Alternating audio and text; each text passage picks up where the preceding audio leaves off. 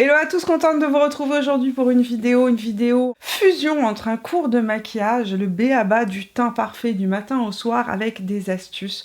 Donc une fusion de quelques conseils et astuces pour avoir un teint qui reste beau du matin au soir. Alors, la chose que je sais et que j'ai appris au fil du temps concernant les produits teints et les maquillages qui tiennent mal, c'est souvent qu'à la base, on a mal préparé sa peau. Et j'ai envie de vous dire que c'est l'essentiel et le point central de cette vidéo. La première raison pour laquelle votre maquillage pourrait mal tenir en journée, que ce soit votre anti-cerne, produit sur vos paupières, ou bien même le maquillage de votre teint, c'est parce que vous utilisez des produits soins qui sont trop riches. Et ce qui va se passer, c'est que si vous avez une routine soin le matin qui ne convient pas à votre peau en journée, si elle est trop riche, votre peau ne va pas absorber toutes les crèmes que vous allez mettre. Ce qui va se passer, c'est que les crèmes vont laisser des résidus émollients, des résidus huileux en fait sur votre peau, et votre peau tout au long de la journée va faire du sébum, ce qui est totalement normal. Et quand votre peau va faire du sébum, ça va se mélanger avec les restes de crème sur votre visage qui n'ont pas été absorbés, et moralité, ça va changer le pH de votre peau, ça va venir se mélanger au fond de teint, et ça peut venir faire migrer le fond de teint, le faire plaquer, c'est-à-dire qu'on se met à avoir des plaques de fond de teint qui sont assez disgracieuses, ça peut venir marquer les pores en journée. Au niveau des soins, ce que vous devez vous rappeler, c'est que c'est la nuit qu'on nourrit sa peau. C'est la nuit qu'on applique des ingrédients qui vont venir soigner la peau. En journée, on hydrate la peau et on la protège uniquement. Mais tout ce qui est grosse routine de soins, c'est le soir que ça se passe, pas le matin. Ça, c'est pour la première chose. Préparez votre peau correctement. Pareil pour le contour des yeux.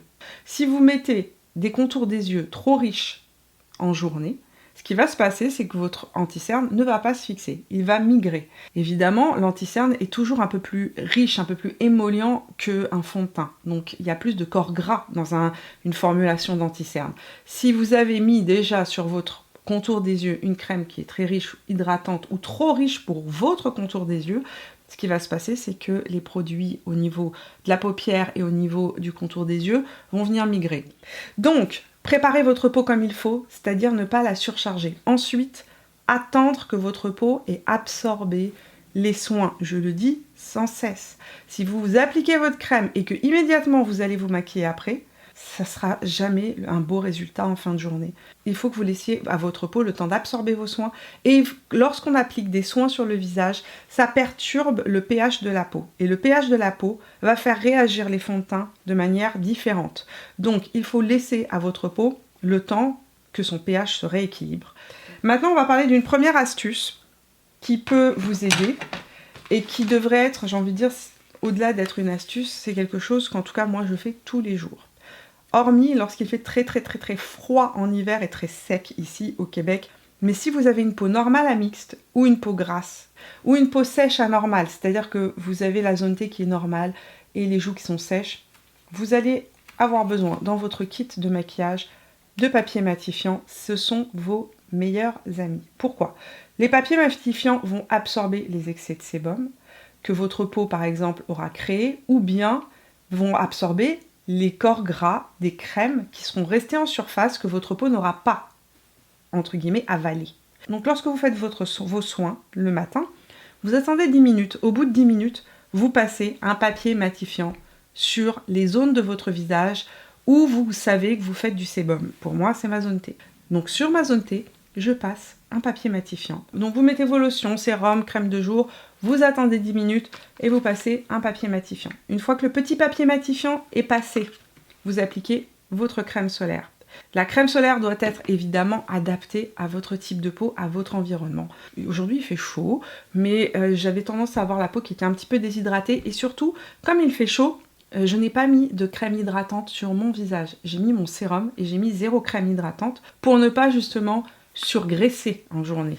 J'ai choisi donc une crème solaire, un écran solaire de ville, d'ailleurs il est marqué pour la ville dessus, de Shiseido, que j'aime énormément, c'est le Urban Environment Fresh Moisture, donc fraîcheur et hydratation, dans la gamme Sun Dual Care de chez Shiseido. C'est une protection de 42, et c'est un écran solaire hybride, crème de jour et écran solaire, donc hydratant, rafraîchissant, repulpant, magnifique pour les peaux qui sont plus sèches, Pour les peaux qui sont plus matures, évidemment, si vous êtes quelqu'un qui fait beaucoup de sébum ou que vous allez être dehors sur du long terme, choisissez un écran solaire mat. Dans les mats, vous avez le Blur Sun Secure de chez SVR. Vous avez aussi, pour ceux qui sont au Québec, puisque cet écran solaire-là n'existe pas au Canada et que j'ai eu beaucoup de questions de personnes d'entre vous qui me disaient Mimi, par quoi on peut remplacer le Sun Secure de chez SVR? J'ai la peau mixte, j'ai la peau grasse, en été ça luit énormément. Il y a un écran solaire qui est vraiment matifiant et qui existe au Canada. Je vais vous le mettre ici à l'écran et je vous le laisserai aussi en barre d'informations. C'est un écran solaire avec un fini mat qui ne va pas faire surgraisser votre peau. Donc la première chose que je vous conseille, mettre les bons soins sur votre peau. Attendre que votre peau ait absorbé les soins et passer un papier matifiant avant de venir vous maquiller et avant d'appliquer votre écran solaire. L'écran solaire, c'est aussi, aujourd'hui, ce sont aussi des soins. Quand on applique un écran solaire base de maquillage, ce qui se passe, c'est qu'évidemment, à nouveau, le pH de la peau est perturbé. Donc, pareil, entre l'application de l'écran solaire et l'application de votre fond de teint, vous devez attendre que votre écran solaire soit sec. Ne venez pas appliquer votre fond de teint par-dessus un écran solaire qui n'est pas sec et pas fixé. Premièrement, vous allez perturber la protection solaire en venant la mélanger à votre fond de teint. Donc attendez que le produit se soit fixé sur votre peau. Deuxièmement, là aussi, lorsqu'on applique l'écran solaire, ça perturbe le pH de la peau et donc ça peut perturber le résultat que vous aurez avec votre fond de teint bébé crème ou CC crème. Attendez que l'écran solaire soit appliqué sur le visage et ce que vous allez faire pour venir absorber l'excédent de sébum qui se sera fait sur la zone T sans venir perturber le placement de l'écran solaire, vous allez prendre tout simplement votre houppette, deuxième astuce, n'est-ce pas? Je vous dis les astuces au fur et à mesure. Et votre poudre libre, moi j'aime utiliser celle de Huda Beauty parce qu'elle est très très fine, un peu micronisée et en même temps matifiante. Vous pouvez aussi utiliser un petit pinceau plat de ce style-là, ça c'est le Noge Beauty mais il n'existe plus, mais si vous avez un petit pinceau plat, ça peut faire l'affaire aussi. Vous allez prendre une fine couche, très fine couche de poudre libre sur votre houppette. Vous allez bien venir la faire pénétrer dans la houppette, retirer l'excédent et ensuite venir tapoter la houppette sur les zones de votre visage qui font trop de sébum. Pas partout, uniquement sur les zones du visage qui en ont besoin. Donc chez moi, c'est la zone T. Donc, ensuite, vous appliquez votre fond de teint. Fond de teint que j'aime bien utiliser actuellement avec le retour des beaux jours que je trouve parfait pour les peaux qui sont normales, mixtes à sèche. C'est un des seuls fonds de teint mat qu'une peau sèche peut porter et qui ne va pas marquer les rides, les ridules, etc. C'est le Studio Fix de chez MAC. Petite parenthèse, si vous avez la peau grasse et que vous voulez un fond de teint très longue tenue et haute couvrance, c'est le teint Idol Ultra Wear de Lancôme que je vous conseille, qui est vraiment la nouvelle version, celle qui est sortie il y a un an, reformulée, très très longue tenue, très matifiante. C'est un fond de teint que moi je ne peux pas porter sur mes joues, il me déshydrate complètement les joues, je me mets à avoir la peau ultra marquée en fin de journée, c'est pas joli. Mais si vous avez la peau qui fait du sébum partout, ce fond de teint là va être parfait. Pour les peaux qui sont grasses ou les peaux mixtes qui font beaucoup de sébum sur la zone T, vous allez pouvoir mélanger une petite quantité à nouveau de votre poudre libre dans votre fond de teint. Donc peu importe le fond de teint que vous utilisez, vous appliquez votre fond de teint sur le dos de la main et vous venez prélever une petite quantité, je le répète, une petite quantité. Si vous en mettez trop, vous allez avoir une différence de texture. Le fond de teint ne sera pas pareil et homogène partout parce qu'en fait, vous aurez transformé complètement le fond de teint. Donc, moi, ce que je fais, c'est que je prélève des petites quantités de poudre sur mon doigt et je viens mélanger ça dans le fond de teint sur le dessus de ma main. Avec la petite concoction, mixture que vous vous serez faite, vous allez pouvoir appliquer cette petite mixture de fond de teint mélangée à de la poudre libre sur les zones de votre visage qui font du sébum. Pas sur les parties sèches, je le répète, ça c'est une astuce et un truc qui ne s'applique uniquement qu'aux personnes qui en font du sébum. Donc vous appliquez votre petite mixture, concoction sur la partie de votre visage qui fait du sébum. C'est une astuce aussi qui fonctionnera pour les porteurs de lunettes, entre autres pour la fameuse marque disgracieuse qu'on peut avoir ici lorsqu'on met des lunettes de vue ou de soleil et que ça fait bouger avec la transpiration le fond de teint.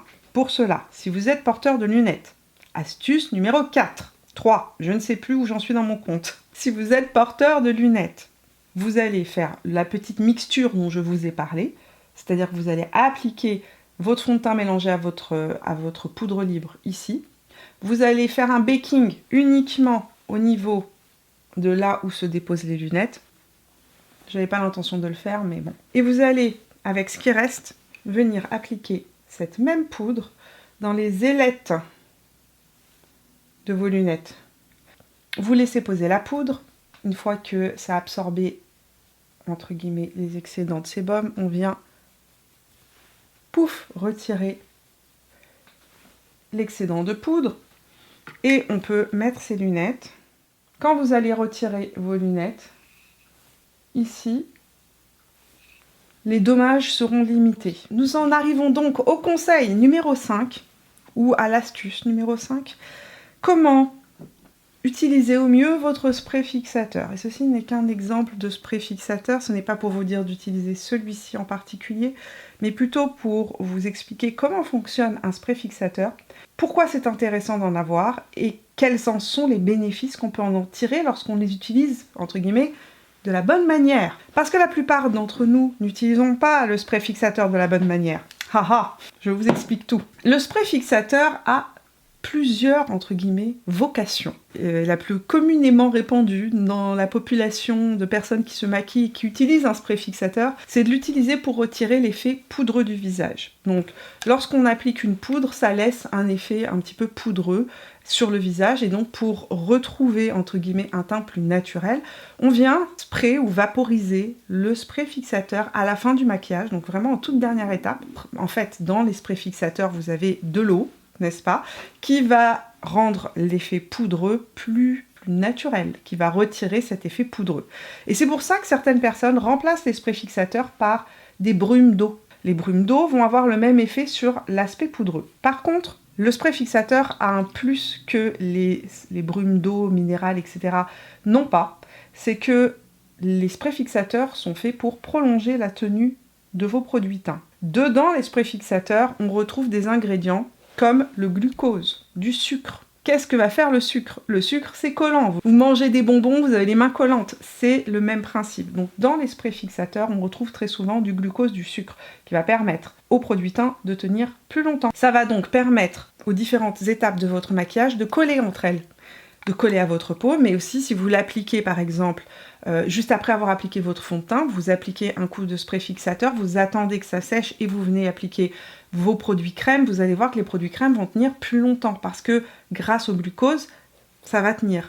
Les sprays fixateurs ont souvent différents bénéfices. Celui-ci, moi je l'aime beaucoup, c'est le Fix Stay Over, le Fix Plus Stay Over de chez MAC, qui est sans alcool. L'avantage des sprays fixateurs sans alcool, c'est qu'ils ne viennent pas irriter la peau. Donc si vous faites de la rosacée, que vous avez une peau très sèche, utilisez un spray fixateur comme celui-ci qui est sans alcool. Si vous êtes quelqu'un qui avait du mal à faire tenir votre maquillage en place tout au long de la journée, que votre maquillage n'est pas aussi joli en fin d'après-midi qu'il ne l'était le matin, il est possible qu'en venant appliquer ou en venant vaporiser votre spray fixateur à différentes étapes de votre maquillage, vous allez améliorer le rendu de votre maquillage en fin de journée. Moi, ce que j'aime faire, c'est personnel, vous pouvez le faire comme vous le voulez. Mais sur une peau qui est plus grasse ou dans un environnement plus humide ou plus chaud, j'applique le fond de teint et ensuite je vaporise une première fois le spray fixateur. Je suis quelqu'un qui a une peau sèche, donc souvent dans mes vidéos, vous ne me voyez pas en train d'appliquer de spray fixateur juste après avoir appliqué mes produits teints. Mais si vous avez peau mixte ou grasse, appliquez votre spray fixateur sur votre visage une fois que vous avez appliqué votre fond de teint. Et pareil, attendez que le spray fixateur sèche. Ne venez pas le tripoter tout de suite, sinon vous allez faire bouger le fond de teint qui est en dessous. Ça ne prend pas 15 ans de venir appliquer une couche de spray fixateur, mais je conçois parfaitement que si vous êtes dans un matin pressé, ce n'est pas l'étape, entre guillemets, que vous allez faire. Il y a cependant une étape spray fixateur que vous devriez faire, même si vous êtes dans un jour pressé, lorsque vous avez appliqué votre poudre libre. Donc vous allez vaporiser sur l'ensemble du visage le spray fixateur. Ça va retirer l'effet poudreux, ça va venir, entre guillemets, fondre et faire adhérer les produits que vous avez appliqués sur votre teint. Et une fois que vous avez fait ça, vous allez appliquer votre poudre de finition. La poudre de finition, vous ne devriez pas l'appliquer et venir vaporiser votre spray fixateur par-dessus. Parce qu'une poudre de finition qui est adaptée à votre peau ne se voit pas. Elle va flouter les imperfections, mais elle ne va pas laisser de matière sur la peau. Une poudre de finition n'a pas pour but de prolonger de manière, on va dire, forte la tenue de vos fonds de teint. Ce qui va faire tenir votre fond de teint, c'est votre poudre libre. Et là aussi, ce n'est qu'un exemple, n'est-ce pas? Utilisez la poudre libre que vous avez, que vous aimez dans vos tiroirs. Donc, la poudre libre, elle, ce qu'elle va faire, c'est qu'elle va avoir une tenue, entre guillemets, beaucoup plus puissante, absorber plus de sébum qu'une poudre de finition. La poudre de finition, elle, va être utilisée une fois, justement, qu'on a tout fait, qu'on a appliqué la poudre libre, qu'on a vaporisé notre visage avec le spray fixateur, n'est-ce pas? Et en dernière étape, vous appliquez votre poudre libre avec un petit pinceau plat. Un petit pinceau plat, pas trop dense, c'est mieux, mais si vous n'avez pas le choix, un petit pinceau plat qui soit dense. Et vous appliquez votre poudre libre en petite quantité par tapotement, là où vous en avez besoin, c'est-à-dire dans mon cas, par rapport à ma peau. Ici, moi j'en applique sur les ailes du nez parce que c'est là où j'ai les pores les plus marqués. J'en applique sur la zone T. Ici, là où j'ai tendance à luire, mais là aussi où j'ai des pores qui sont le plus dilatés, à ce niveau-là. Et vous allez voir qu'en appliquant votre poudre de finition, après avoir appliqué votre spray fixateur, votre maquillage va beaucoup mieux tenir. C'est un conseil, une astuce que j'ai partagé avec plusieurs d'entre vous par message privé et j'ai eu d'excellents retours. Parlons des retouches maintenant. Vous avez la peau très grasse, ou pour X raisons, c'est la période du mois où vous faites beaucoup plus de sébum, vous avez un pH perturbé, débalancement hormonal, il fait très chaud, très humide. Il faut faire des retouches en journée.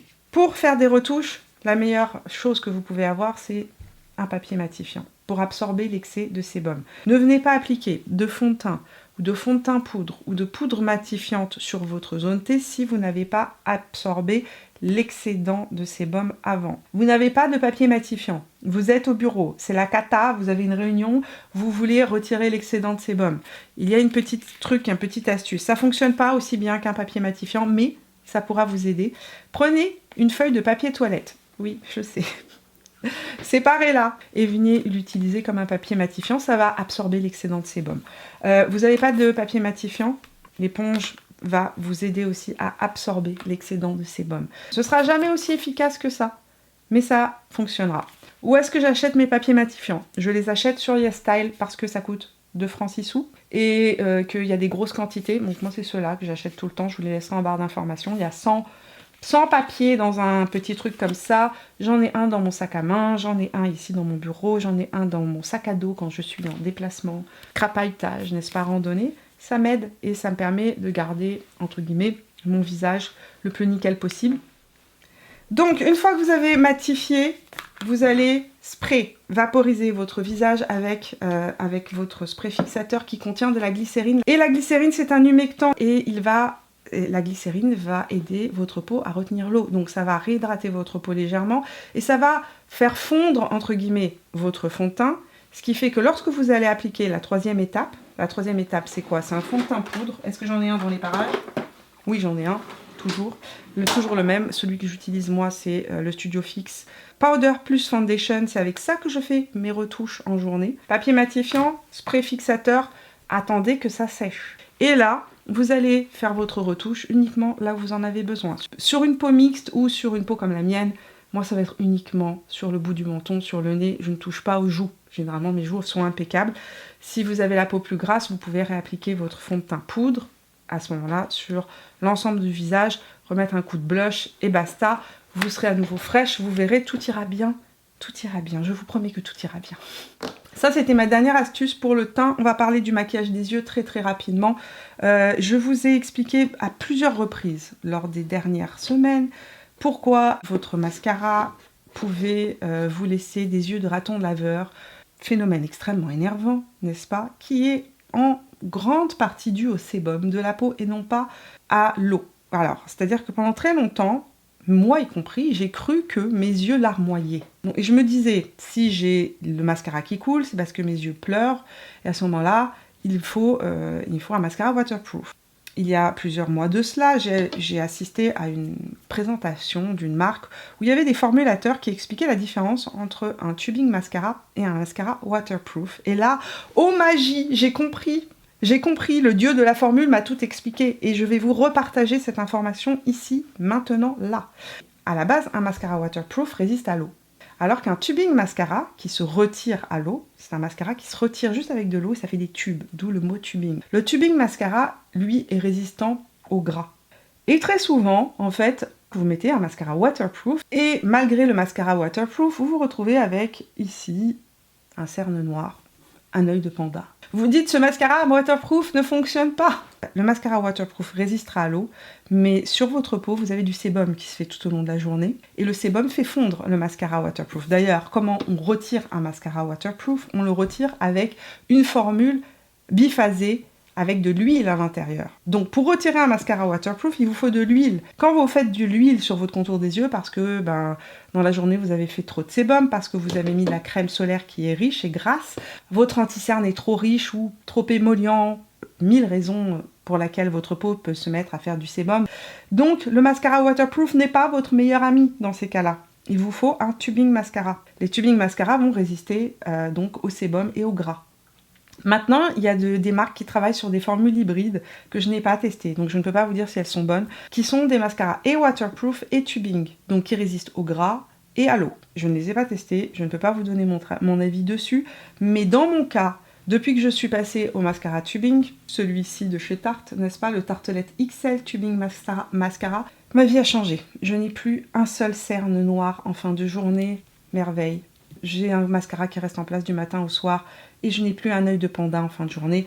Merci les mascaras tubing qui me conviennent. Donc, première chose, première astuce, si vous avez votre mascara qui transfère, tentez le mascara tubing et voyez comment ça va se passer. Voilà pour mon premier conseil, première astuce, de bien comprendre pourquoi votre mascara peut transférer en journée.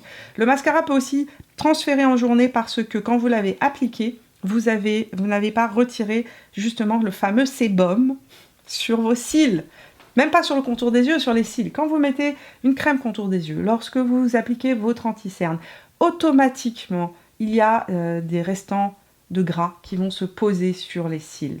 Et lorsque vous allez appliquer votre mascara, ce qui va se passer, c'est que le mascara, justement, réagissant au gras, eh ben, il va fondre au fur et à mesure que la journée va passer. Il ne va pas bien tenir. Donc, deuxième astuce, poudrez vos cils avant d'appliquer votre mascara. Ça change tout. Ça va aider aussi à la courbure, à garder la courbure si vous venez recourber vos cils. Donc moi, ce que je fais, c'est que je poudre mes cils. Je recourbe mes cils ensuite. Parfois, je repoudre encore une fois avec un petit pinceau, n'est-ce pas, mes cils. Et j'applique une base à mascara. La base à mascara, c'est votre secret pour que tout reste en place du matin au soir, beau, et garder la courbure, donner de l'épaisseur aux cils. Ça, c'est un produit que je conseille aux gens qui ont des cils plus fins ou plus courts, comme moi. Moi, je ne vis pas sans base, je ne mets pas un mascara sans base. Mais si vous avez des cils très longs et très épais, évidemment, vous n'en avez pas besoin. Vous pouvez appliquer votre mascara directement. Donc, base de mascara sur le ras des cils inférieurs et sur les cils supérieurs. On attend que le produit sèche et ensuite appliquez votre tubing mascara. En fin de journée, vous n'aurez pas des yeux de panda. Voilà pour cette discussion à cœur ouvert entre vous et moi. J'espère que ça va vous aider. Vous me direz, vous essayez des petites astuces. N'appliquez pas tout, mais prenez-en quelques-unes et voyez comment ça évolue en journée. Dites-moi dans les commentaires si ça vous a aidé. Et si vous avez d'autres questions, n'hésitez pas à me le dire aussi dans les commentaires sous cette vidéo. Ça me fera plaisir de vous faire une autre vidéo pour répondre à vos questions beauté. Je vous laisse sur ces bonnes paroles. Mijotez tout ça, testez et dites-moi ce que vous en pensez. Est-ce que ça vous convient ou pas? Est-ce que ça vous a aidé? Je vous fais plein de bisous, on se retrouve très bientôt pour de nouvelles aventures. Jusque là, portez-vous bien. Ciao!